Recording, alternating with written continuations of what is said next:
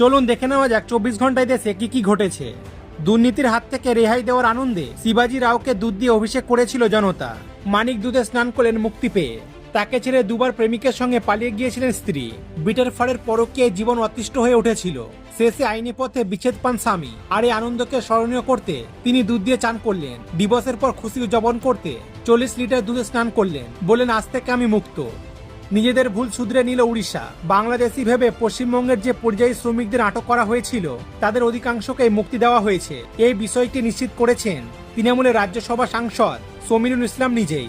403 জন বাঙালি পরিযায়ী শ্রমিককে ছেড়ে দিয়েছে উড়িষ্যা সরকার। 447 জন বাংলাভাষী পরিযায়ী শ্রমিককে উড়িষ্যা সরকার আটক করেছিল সম্প্রতি। অধিকাংশকে ছেড়ে দেওয়া হয়েছে।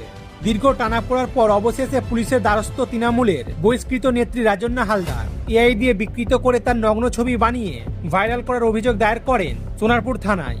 ইমেল করে অভিযোগ দায়ের করেন বারাইপুর সাইবার সেল ও লালবাজারেও। এমনকি ওই ছবি আদৌ এআই করা নাকি আসল তা নিয়েও প্রশ্ন ওঠে। তারও তদন্তের দাবি জানান। কসবা কাণ্ডে মূল অভিযুক্ত মনোজ মিশ্রের বিরুদ্ধে এই ছবি ছড়ানোর অভিযোগ তুলেছেন তিনি। কানাডায় ক্যাফেতে গুলি চালার ঘটনায় 48 ঘন্টার মধ্যেই হুমকির মুখে কপিল শর্মা। খালিস্তানপন্থী জঙ্গি সংগঠন সিকস ফর জাস্টিস এসএফজির প্রধান গুরু পতওয়ান্ত সিং পান্নুন এক ভিডিও বার্তায় কপিল শর্মাকে সরাসরি হুমকি দিয়েছেন। তিনি বলেন, কানাডা তোমার খেলার মাঠ নয়, রক্তমাখা টাকা নিয়ে ফিরে যাও হিন্দুস্তানে। তার অভিযোগ, কপিল কানাডায় ব্যবসার আড়ালে হিন্দুত্ববাদী মতাদর্শন ছড়ানোর চেষ্টা করছেন, যা বরদাস্ত করা হবে না। শনিবার ইংল্যান্ডের বিরুদ্ধে লন্ডন টেস্টে 176 বলে সেঞ্চুরি করে ইতিহাস তৈরি করলেন ভারতীয় ব্যাটার কেএল রাহুল। দ্বিতীয় ভারতীয় হিসাবে লর্ডসে একাধিক টেস্ট সেঞ্চুরির নজির গড়লেন তিনি। এর আগে 2021 সালে লর্ডসে সেঞ্চুরি করেছিলেন কেএল রাহুল। রাজ্যে মুসলিমদের নিয়ে রাজ্য বিজেপি সভাপতি শকিম ভট্টাচার্যের সুরি শোনা গেল প্রাক্তন রাজ্য বিজেপি সভাপতি দিলীপ ঘোষের গলায়। তিনি বলেন, মুসলমানদের এখানে দাবার বোর্ডের মতো ব্যবহার করা হচ্ছে। ভাঙড়ের বোমাবাজির ঘটনার প্রসঙ্গ টেনে তিনি বলেন, ভাঙড়ে বোমাবাজি হয়েছে, কে মেরেছে, মারছে কে? জেলে যাচ্ছে সব মুসলমান। লাভটা কার হচ্ছে?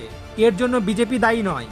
সম্পর্কে তুতো ভাই বোন হওয়া সত্ত্বেও বিয়ে করার অভিযোগে এক দম্পতিকে হেনস্থা করার অভিযোগ উঠল উড়িষ্যায়। তাদের কাঁধে লাঙল বেঁধে চাষ করানো হলো। সোশ্যাল মিডিয়ায় ছড়িয়ে পড়েছে এই ভিডিওটা।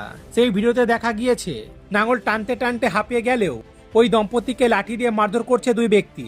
এমনকি ওই দম্পতিকে গ্রামের মন্দিরে নিয়ে গিয়ে প্রায়শ্চিত্ত করতে বাধ্য করা হয়।